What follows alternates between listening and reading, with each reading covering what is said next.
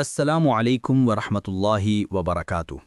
خوش آمدید پیارے ناظرین، آج کی اس بابرکت محفل میں ہم سورۃ النساء کی آیات نمبر 23 سے 25 کا مطالعہ اور ان کی تفسیر کریں گے۔ ان آیات میں نکاح کے احکام، محرم رشتوں کی وضاحت، وراثت کے مسائل اور انسانی ذمہ داریوں پر روشنی ڈالی گئی ہے۔ آئیے قرآن کریم کی ان ہدایات سے اپنی زندگی کو بہتر بنانے کی کوشش کریں۔ تم پر حرام کی گئیں تمہاری مائیں، بیٹیاں، بہنیں، پھوپھیاں، خالائیں، بھتیجیاں، بھانجیاں اور تمہاری وہ مائیں جنہوں نے تم کو دودھ پلایا ہو، اور تمہاری دودھ شریک بہنیں، اور تمہاری بیویوں کی مائیں، اور تمہاری بیویوں کی لڑکیاں جنہوں نے تمہاری گودوں میں پرورش پائی ہے، ان بیویوں کی لڑکیاں جن سے تمہارا تعلق زن و شو ہو چکا ہو، ورنہ اگر صرف نکاح ہوا ہو اور تعلق زن و شو نہ ہوا ہو تو انہیں چھوڑ کر ان کی لڑکیوں سے نکاح کر لینے میں تم پر کوئی مواخذہ نہیں ہے، اور تمہارے ان بیٹوں کی بیویاں جو تمہاری صلب سے ہوں، اور یہ بھی تم پر حرام کیا گیا ہے کہ ایک نکاح میں دو بہنوں کو جمع کرو، مگر جو پہلے ہو گیا سو ہو گیا، اللہ بخشنے والا اور رحم کرنے والا ہے۔ تمہاری مائیں، ماں کا اطلاق سگی اور سوتیلی دونوں قسم کی ماؤں پر ہوتا ہے، اس لیے دونوں حرام ہیں۔ نیز اسی حکم میں باپ کی ماں اور ماں کی ماں بھی شامل ہے۔ اس امر میں اختلاف ہے کہ جس عورت سے باپ کا ناجائز تعلق ہو چکا ہو وہ بھی بیٹے پر حرام ہے یا نہیں۔ سلف میں سے بعض اس کی حرمت کے قائل نہیں ہیں اور بعض اسے بھی حرام قرار دیتے ہیں، بلکہ ان کے نزدیک جس عورت کو باپ نے شہوت سے ہاتھ لگایا ہو وہ بھی بیٹے پر حرام ہے۔ اسی طرح سلف میں اس امر پر بھی اختلاف رہا ہے کہ جس عورت سے بیٹے کا ناجائز تعلق ہو چکا ہو وہ باپ پر حرام ہے یا نہیں، اور جس مرد سے ماں یا بیٹی کا ناجائز تعلق رہا ہو یا بعد میں ہو جائے اس سے نکاح ماں اور بیٹی دونوں کے لیے حرام ہے یا نہیں۔ اس باب میں فقیہانہ بحثیں بہت طویل ہیں، مگر یہ بات بادنا تعامل سمجھ میں آ سکتی ہے کہ کسی شخص کے نکاح میں ایسی عورت کا ہونا جس پر اس کا باپ یا اس کا بیٹا بھی نظر رکھتا ہو، یا جس کی ماں یا بیٹی پر بھی اس کی نگاہ ہو، ایک صالح معاشرت کے لیے کسی طرح مناسب نہیں ہو سکتا۔ شریعت الہی کا مزاج اس معاملے میں ان قانونی مشگافیوں کو قبول نہیں کرتا جن کی بنا پر نکاح اور غیر نکاح اور قبل نکاح اور بعد نکاح اور لمس اور نظر وغیرہ میں فرق کیا جاتا ہے۔ سیدھی اور صاف بات یہ ہے کہ خاندانی زندگی میں ایک ہی عورت کے ساتھ باپ اور بیٹے کے، یا ایک ہی مرد کے ساتھ ماں اور بیٹی کے شہوانی جذبات کا وابستہ ہونا سخت مفاسد کا موجب ہے، اور شریعت اسے ہرگز برداشت نہیں کر سکتی۔ نبی صلی اللہ علیہ وسلم کا ارشاد ہے، جس شخص نے کسی عورت کے اعضائے صنفی پر نظر ڈالی ہو اس کی ماں اور بیٹی دونوں اس پر حرام ہیں۔ خدا اس شخص کی صورت دیکھنا پسند نہیں کرتا جو بیک وقت ماں اور بیٹی دونوں کے اعضائے صنفی پر نظر ڈالے۔ ان روایات سے شریعت کا منشا صاف واضح ہو جاتا ہے۔ بیٹیاں، بیٹی کے حکم میں پوتی اور نباسی بھی شامل ہیں۔ البتہ اس امر میں اختلاف ہے کہ ناجائز تعلقات کے نتیجے میں جو لڑکی ہوئی ہو وہ بھی حرام ہے یا نہیں۔ امام ابو حنیفہ رحمۃ اللہ علیہ، امام مالک اور احمد ابن حنبل رحمہم اللہ کے نزدیک وہ بھی جائز بیٹی کی طرح محرمات میں سے ہے، اور امام شافعی رحمۃ اللہ علیہ کے نزدیک وہ محرمات میں سے نہیں ہے، مگر در حقیقت یہ تصور بھی ذوق سلیم پر بار ہے کہ جس لڑکی کے متعلق آدمی یہ جانتا ہو کہ وہ اسی کے نطفے سے پیدا ہوئی ہے اس کے ساتھ نکاح کرنا اس کے لیے جائز ہو۔ بہنیں، سگی بہن اور ماں شریک بہن اور باپ شریک بہن تینوں اس حکم میں یکساں ہیں۔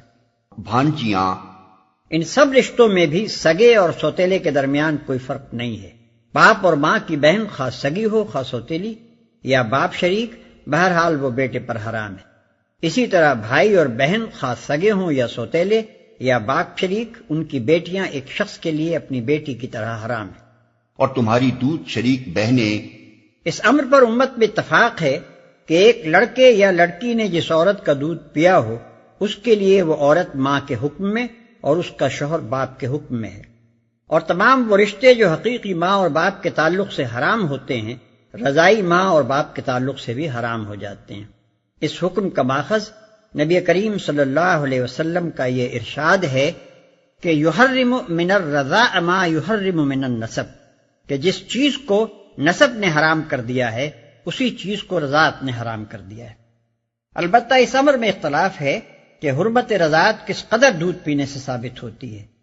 امام ابو حنیفہ رحمۃ اللہ علیہ اور امام مالک رحمۃ اللہ علیہ کے نزدیک جتنی مقدار سے روزے دار کا روزہ ٹوٹ سکتا ہے اتنی ہی مقدار میں اگر بچہ کسی کا دودھ پی لے تو حرمت ثابت ہو جاتی ہے، مگر امام احمد کے نزدیک 3 مرتبہ پینے سے اور امام شافعی کے نزدیک 5 دفعہ پینے سے یہ حرمت ثابت ہوتی ہے۔ نیز اس امر میں بھی اختلاف ہے کہ کس عمر میں پینے سے یہ رشتے حرام ہوتے ہیں۔ اس باب میں فقہا کے اقوال حسب ذیل: 1، اعتبار صرف اس زمانے میں دودھ پینے کا ہے جبکہ بچے کا دودھ چھوڑایا نہ جا چکا ہو اور شیر خارگی ہی پر اس کے تغذیہ کا انحصار ہو، ورنہ دودھ چھٹائی کے بعد اگر کسی بچے نے کسی عورت کا دودھ پی لیا ہو تو اس کی حیثیت ایسی ہی ہے جیسے اس نے پانی پی لیا۔ یہ رائے ام سلمہ رضی اللہ عنہا اور ابن عباس رضی اللہ عنہما کی ہے۔ حضرت علی رضی اللہ عنہ سے بھی ایک روایت اس معنی میں آئی ہے۔ زہری، حسن بصری، قتادہ، اکرمہ اور اوزائی اسی کے قائل ہیں۔ 2 سال کی عمر کے اندر جو دودھ پیا گیا ہو صرف اسی سے حرمت رضاعت ثابت ہوگی۔ یہ حضرت عمر رضی اللہ عنہ، ابن مسعود رضی اللہ عنہ، ابی ہریرہ رضی اللہ عنہ اور ابن عمر رضی اللہ عنہ کا قول ہے، اور فقہا میں سے امام شافعی رحمۃ اللہ علیہ، امام احمد رحمۃ اللہ علیہ، امام ابو یوسف رحمۃ اللہ علیہ، امام محمد رحمۃ اللہ علیہ اور سفیان ثوری رحمۃ اللہ علیہ نے اسے قبول کیا ہے۔ امام ابو حنیفہ رحمۃ اللہ علیہ سے بھی ایک قول اسی کی تائید میں منقول ہے۔ امام مالک بھی اسی حد کے قائل ہیں، مگر وہ کہتے ہیں کہ 2 سال سے اگر مہینہ 2 مہینہ زائد عمر بھی ہو تو اس میں دودھ پینے کا وہی حکم ہے۔ 3، امام ابو حنیفہ رحمۃ اللہ علیہ اور امام زفر کا مشہور قول یہ ہے کہ زمانہ رضاعت 2.5 سال ہے اور اس کے اندر پینے سے حرمت رضاعت ثابت ہوتی ہے۔ 4، خواہ کسی عمر میں دودھ پیے حرمت ثابت ہو جائے گی، یعنی اس معاملے میں اصل اعتبار دودھ کا ہے نہ کہ عمر کا۔ پینے والا اگر بوڑھا بھی ہو تو اس کا وہی حکم ہے جو شیرخوار بچے کا ہے۔ یہی رائے ہے حضرت عائشہ رضی اللہ عنہا کی، اور حضرت علی رضی اللہ عنہ سے بھی صحیح تر روایت اسی کی تائید میں منقول ہے، اور فقہا میں سے عروہ بن زبیر، عطا، لیث بن سعد اور ابن حزم نے اسی قول کو اختیار کیا ہے۔ اور تمہاری بیویوں کی مائیں، اس امر میں اختلاف ہے کہ جس عورت سے محض نکاح ہوا ہو اس کی ماں حرام ہے یا نہیں۔ امام ابو حنیفہ، امام مالک، احمد اور شافعی رحمہم اللہ اس کی حرمت کے قائل ہیں، اور حضرت علی رضی اللہ عنہ کی رائے یہ ہے کہ جب تک کسی عورت سے خلوت نہ ہوئی ہو اس کی ماں حرام نہیں ہوتی۔ اور تمہاری بیویوں کی لڑکیاں جنہوں نے تمہاری گودوں میں پرورش پائی ہے۔ ایسی لڑکی کا حرام ہونا اس شرط پر موقوف نہیں ہے کہ اس نے سوتیلے باپ کے گھر میں پرورش پائی ہو۔ یہ الفاظ اللہ تعالیٰ نے محض اس رشتے کی نزاکت ظاہر کرنے کے لیے استعمال فرمائے ہیں۔ فقہائے امت کا اس بات پر تقریباً اجماع ہے کہ سوتیلی بیٹی آدمی پر بہرحال حرام ہے، خواہ اس نے سوتیلے باپ کے گھر میں پرورش پائی ہو یا نہ پائی ہو۔ اور تمہارے ان بیٹوں کی بیویاں جو تمہاری صلب سے ہوں۔ یہ قید اس غرض کے لیے بڑھائی گئی ہے کہ جسے آدمی نے بیٹا بنا لیا ہو اس کی بیوہ یا مطلقہ آدمی پر حرام نہیں ہے۔ حرام صرف اس بیٹے کی بیوی ہے جو آدمی کی اپنی صلب سے ہو، اور بیٹے ہی کی طرح پوتے اور نواسے کی بیوی بھی دادا اور نانا پر حرام ہے۔ اور یہ بھی تم پر حرام کیا گیا ہے کہ ایک نکاح میں 2 بہنوں کو جمع کرو۔ نبی صلی اللہ علیہ وسلم کی ہدایت ہے کہ خالہ اور بھانجی اور پھوپھی اور بھتیجی کو بھی ایک ساتھ نکاح میں رکھنا حرام ہے۔ اس معاملے میں یہ اصول سمجھ لینا چاہیے کہ ایسی 2 عورتوں کو جمع کرنا بہرحال حرام ہے جن میں سے کوئی ایک اگر مرد ہوتی تو اس کا نکاح دوسری سے حرام ہوتا۔ اللہ بخشنے والا اور رحم کرنے والا ہے۔ یعنی جاہلیت کے زمانے میں جو ظلم تم لوگ کرتے رہے ہو کہ 2 بہنوں سے بیک وقت نکاح کر لیتے تھے، اس پر باز پرس نہ ہوگی بشرطے کہ اب اس سے باز رہو۔ اسی بنا پر یہ حکم ہے کہ جس شخص نے حالت کفر میں 2 بہنوں کو نکاح میں جمع کر رکھا ہو اسے اسلام لانے کے بعد ایک کو رکھنا اور ایک کو چھوڑنا ہوگا۔ اور وہ عورتیں بھی تم پر حرام ہیں جو کسی دوسرے کے نکاح میں ہوں، یعنی محصنات، البتہ ایسی عورتیں اس سے مستثنی ہیں جو جنگ میں تمہارے ہاتھ آئیں۔ یہ اللہ کا قانون ہے جس کی پابندی تم پر لازم کر دی گئی ہے۔ اس کے ماں سوا جتنی عورتیں ہیں انہیں اپنے اموال کے ذریعے سے حاصل کرنا تمہارے لیے حلال کر دیا گیا ہے، بشرطے کہ حصار نکاح میں ان کو محفوظ کرو، نہ یہ کہ آزاد شہوت رانی کرنے لگو، پھر جو ازدواجی زندگی کا لطف تم ان سے اٹھاؤ اس کے بدلے ان کے مہر بطور فرض کے ادا کرو، البتہ مہر کی قرارداد ہو جانے کے بعد آپس کی رضامندی سے تمہارے درمیان اگر کوئی سمجھوتا ہو جائے تو اس میں کوئی حرج نہیں، اللہ علیم اور دانا ہے۔ جو جنگ میں تمہارے ہاتھ آئیں، یعنی جو عورتیں جنگ میں پکڑی ہوئی آئیں اور ان کے کافر شوہر دارالحرب میں موجود ہوں وہ حرام نہیں ہیں، کیونکہ دارالحرب سے دارالاسلام میں آنے کے بعد ان کے نکاح ٹوٹ گئے۔ ایسی عورتوں کے ساتھ نکاح بھی کیا جا سکتا ہے، اور جس کی ملک یمین میں وہ ہوں وہ ان سے تمتع بھی کر سکتا ہے۔ البتہ فقہا کے درمیان اس امر میں اختلاف ہے کہ اگر میاں اور بیوی دونوں ایک ساتھ گرفتار ہوں تو ان کا کیا حکم ہے۔ امام ابو حنیفہ رحمۃ اللہ علیہ اور ان کے اصحاب کہتے ہیں کہ ان کا نکاح باقی رہے گا، اور امام مالک و شافعی کا مسلک یہ ہے کہ ان کا نکاح بھی باقی نہ رہے گا۔ لونڈیوں سے تمتع کے معاملے میں بہت سی غلط فہمیاں لوگوں کے ذہن میں ہیں، لہذا حسب ذیل مسائل کو اچھی طرح سے سمجھ لینا چاہیے۔ 1، جو عورتیں جنگ میں گرفتار ہوں ان کو پکڑتے ہی ہر سپاہی ان کے ساتھ مباشرت کر لینے کا مجاز نہیں ہے، بلکہ اسلامی قانون یہ ہے کہ ایسی عورتیں حکومت کے حوالے کر دی جائیں گی۔ حکومت کو اختیار ہے کہ چاہے ان کو رہا کر دے، چاہے ان سے فدیہ لے، چاہے ان کا تبادلہ ان مسلمان قیدیوں سے کرے جو دشمن کے ہاتھ میں ہوں، اور چاہے تو انہیں سپاہیوں میں تقسیم کر دے۔ ایک سپاہی صرف اس عورت ہی سے تمتع کرنے کا مجاز ہے جو حکومت کی طرف سے باقاعدہ اس کے ملک میں دی گئی ہو۔ 2، جو عورت اس طرح کسی کی ملک میں دی جائے اس کے ساتھ بھی اس وقت تک مباشرت نہیں کی جا سکتی جب تک کہ اسے ایک مرتبہ ایام ماہواری نہ آ جائیں، اور یہ اطمینان نہ ہو لے کہ وہ حاملہ نہیں ہے۔ اس سے پہلے مباشرت کرنا حرام ہے، اور اگر وہ حاملہ ہو تو وضع حمل سے پہلے بھی مباشرت ناجائز ہے۔ 3، جنگ میں پکڑی ہوئی عورتوں سے تمتع کے معاملے میں یہ شرط نہیں ہے کہ وہ اہل کتاب ہی میں سے ہوں، ان کا مذہب خواہ کوئی ہو، بہرحال جب وہ تقسیم کر دی جائیں گی تو جن کے حصے میں وہ آئیں وہ ان سے تمتع کر سکتے ہیں۔ 4، جو عورت جس شخص کے حصے میں دی گئی ہو صرف وہی اس کے ساتھ تمتع کر سکتا ہے، کسی دوسرے کو اسے ہاتھ لگانے کا حق نہیں ہے۔ اس عورت سے جو اولاد ہوگی وہ اسی شخص کی جائز اولاد سمجھی جائے گی جس کی ملک میں وہ عورت ہے۔ اس اولاد کے قانونی حقوق وہی ہوں گے جو شریعت میں سلبی اولاد کے لیے مقرر ہیں۔ صاحب اولاد ہو جانے کے بعد وہ عورت فروخت نہ کی جا سکے گی، اور مالک کے مرتے ہی وہ آپ سے آپ آزاد ہو جائے گی۔ 5، جو عورت اس طرح کسی شخص کی ملک میں آئی ہو اسے اگر اس کا مالک کسی دوسرے شخص کے نکاح میں دے دے تو پھر مالک کو اس سے دوسری تمام خدمات لینے کا حق تو رہتا ہے، لیکن شہوانی تعلق کا حق باقی نہیں رہتا۔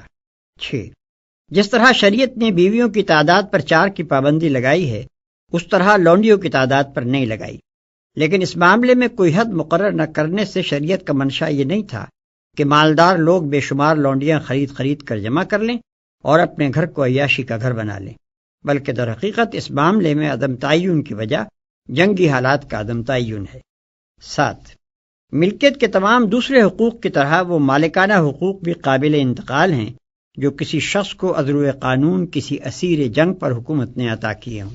8، حکومت کی طرف سے حقوق ملکیت کا باقاعدہ عطا کیا جانا ویسا ہی ایک قانونی فعل ہے جیسا نکاح ایک قانونی فعل ہے، لہذا کوئی معقول وجہ نہیں کہ جو شخص نکاح میں کسی قسم کی کراہت محسوس نہیں کرتا وہ خواہ مخواہ لونڈی سے تمتع میں کراہت محسوس کرے۔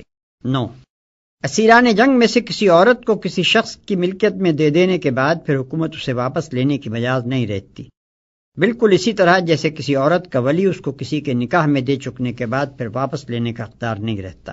10، اگر کوئی فوجی کمانڈر محض وقتی اور عارضی طور پر اپنے سپاہیوں کو قیدی عورتوں سے شہوانی پیاس بجھا لینے کی اجازت دے دے اور محض کچھ وقت کے لیے انہیں فوج میں تقسیم کرے تو یہ اسلامی قانون کی روح سے قطعاً ایک ناجائز فعل ہے۔ اس میں اور زنا میں کوئی فرق نہیں ہے، اور زنا اسلامی قانون میں جرم ہے۔ تفصیلی بحث کے لیے مراجعہ ہو ہماری کتاب تفہیمات حصہ دوم اور رسائل و مسائل حصہ اول۔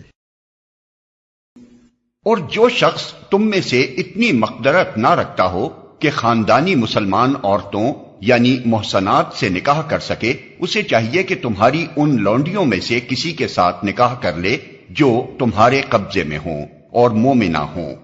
اللہ تمہارے ایمانوں کا حال خوب جانتا ہے، تم سب ایک ہی گروہ کے لوگ ہو، لہذا ان کے سرپرستوں کی اجازت سے ان کے ساتھ نکاح کر لو اور معروف طریقے سے ان کے مہر ادا کر دو، تاکہ وہ حصار نکاح میں محفوظ یعنی محسنات ہو کر رہیں، آزاد شہوت رانی کرتی پھریں اور نہ چوری چھپے آشنائیاں کریں۔ پھر جب وہ حصار نکاح میں محفوظ ہو جائیں اور اس کے بعد کسی بد چلنی کی مرتکب ہوں تو ان پر اس سزا کی بنسبت عادی سزا ہے جو خاندانی عورتوں یعنی محسنات کے لیے مقرر ہے۔ یہ سہولت تم میں سے ان لوگوں کے لیے پیدا کی گئی ہے جن کو شادی نہ کرنے سے بندے تقوی کے ٹوٹ جانے کا اندیشہ ہو، لیکن اگر تم صبر کرو تو یہ تمہارے لیے بہتر ہے، اور اللہ بخشنے والا اور رحم فرمانے والا ہے۔ تم سب ایک ہی گروہ کے لوگ ہو۔ یعنی معاشرت میں لوگوں کے درمیان جو فرق مراتب ہے وہ محض ایک اعتباری چیز ہے، ورنہ دراصل سب مسلمان یکساں ہیں، اور اگر کوئی حقیقی وجہ امتیاز ان کے درمیان ہے تو وہ ایمان ہے جو محض اونچے گھرانوں ہی کا حصہ نہیں ہے۔ ہو سکتا ہے کہ ایک لونڈی ایمان و اخلاق میں خاندانی عورت سے بہتر ہو، جو خاندانی عورتوں یعنی محسنات کے لیے مقرر ہے۔ سرسری نگاہ میں یہاں ایک پیچیدگی واقع ہوتی ہے جس سے خوارج اور ان دوسرے لوگوں نے فائدہ اٹھایا ہے جو رجم کے منکر ہیں۔ وہ کہتے ہیں کہ اگر آزاد شادی شدہ عورت کے لیے شریعت اسلام میں زنا کی سزا رجم ہے تو اس کی نصف سزا کیا ہو سکتی ہے جو لونڈی کو دی جائے؟ لہذا یہ آیت اس بات پر دلیل قاطع ہے کہ اسلام میں رجم کی سزا ہے ہی نہیں، لیکن ان لوگوں نے قرآن کے الفاظ پر غور نہیں کیا۔ اس رکوع میں لفظ محسناتو محفوظ عورتیں دو مختلف معنوں میں استعمال کیا گیا ہے، ایک شادی شدہ عورتیں جن کو شوہر کی حفاظت حاصل ہو، دوسرے خاندانی عورتیں جن کو خاندان کی حفاظت حاصل ہو اگرچہ وہ شادی شدہ نہ ہوں۔ آیت زیر بحث میں محسنات کا لفظ لونڈی کے بالمقابل خاندانی عورتوں کے لیے دوسرے معنی میں استعمال ہوا ہے، نہ کہ پہلے معنی میں، جیسا کہ آیت کے مضمون سے صاف ظاہر ہے۔ بخلاف اس کے لونڈیوں کے لیے محسنات کا لفظ پہلے معنی میں استعمال ہوا ہے اور صاف الفاظ میں فرمایا ہے کہ جب انہیں نکاح کی حفاظت حاصل ہو جائے تب ان کے لیے زنا کے ارتکاب پر وہ سزا ہے جو مذکور ہوئی۔ اب اگر غیر نگاہ سے دیکھا جائے تو یہ بات بالکل واضح ہو جاتی ہے کہ خاندانی عورت کو دو حفاظتیں حاصل ہوتی ہیں، ایک خاندان کی حفاظت جس کی بنا پر وہ شادی کے بغیر بھی محسنہ ہوتی ہے، دوسری شوہر کی حفاظت جس کی وجہ سے اس کے لیے خاندان کی حفاظت پر ایک اور حفاظت کا اضافہ ہو جاتا ہے۔ بخلاف اس کے لونڈی جب تک لونڈی ہے محسنہ نہیں ہے کیونکہ اس کو کسی خاندان کی حفاظت حاصل نہیں ہے، البتہ نکاح ہونے پر اس کو صرف شوہر کی حفاظت حاصل ہوتی ہے اور وہ بھی ادھوری، کیونکہ شوہر کی حفاظت میں آنے کے بعد بھی نہ تو وہ ان لوگوں کی بندگی سے آزاد ہوتی ہے جن کے ملک میں وہ تھی، اور نہ اسے معاشرت میں وہ مرتبہ حاصل ہوتا ہے جو خاندانی عورت کو نصیب ہوا کرتا ہے۔ لہذا اسے جو سزا دی جائے گی وہ غیر شادی شدہ خاندانی عورتوں کی سزا سے عادی ہوگی، نہ کہ شادی شدہ خاندانی عورتوں کی سزا سے۔ نیز یہیں سے یہ بات بھی معلوم ہو گئی کہ سورہ نور کی دوسری آیت میں زنا کی جس سزا کا ذکر ہے وہ صرف غیر شادی شدہ خاندانی عورتوں کے لیے ہے، جن کے مقابلے میں یہاں شادی شدہ لونڈی کی سزا نصف بیان کی گئی ہے۔ رہیں شادی شدہ خاندانی عورتیں تو وہ غیر شادی شدہ محسنات سے زیادہ سخت سزا کی مستحق ہیں کیونکہ وہ دوہری حفاظت کو توڑتی ہیں۔ اگرچہ قرآن ان کے لیے سزائے رجم کی تصریح نہیں کرتا، لیکن نہایت لطیف طریقے سے اس کی طرف اشارہ کرتا ہے جو بلید الذہن لوگوں سے مخفی رہ جائے تو رہ جائے، نبی کے ذہن رسا سے مخفی نہیں رہ سکتا۔ یہ سہولت یعنی خاندانی عورت سے نکاح کرنے کی استطاعت نہ ہو تو کسی لونڈی سے اس کے مالکوں کی اجازت لے کر نکاح کر لینے کی سہولت۔ پیارے بھائیوں اور بہنوں، یہ تھیں سورۃ النساء کی آیات 23 سے 33 کی تفسیر۔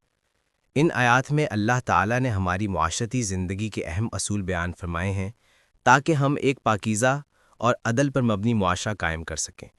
مزید تفصیل جاننے کے لیے ہماری اس سیریز کی اگلی قسط ضرور دیکھیں۔